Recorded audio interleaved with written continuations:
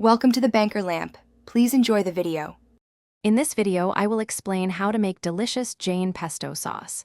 We will start by gathering our key ingredients. You'll need about 2 cups of fresh basil leaves, a half cup of pine nuts or walnuts, and a 1/4 cup of good quality olive oil. For that cheesy taste without dairy, we'll use 2 tablespoons of nutritional yeast, plus a squeeze of fresh lemon juice. Now, let's get our ingredients ready. First, wash your basil leaves very well and pat them completely dry. Excess water can make your pesto watery.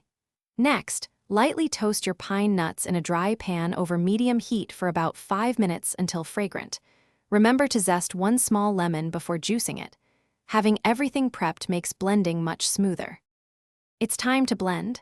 In your food processor, combine the basil, toasted pine nuts, nutritional yeast, and lemon juice. Pulse these ingredients until they are coarsely chopped. Then, with the processor running, slowly drizzle in the 1/4 cup of olive oil. Continue blending until your pesto reaches a smooth, desired consistency.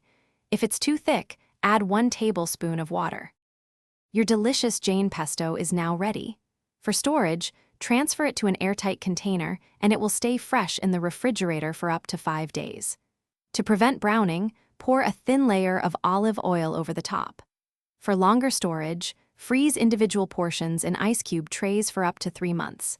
Enjoy it with pasta, on sandwiches, or as a flavorful dip. Thanks for watching. If this was helpful, leave a like and consider subscribing. See you next time.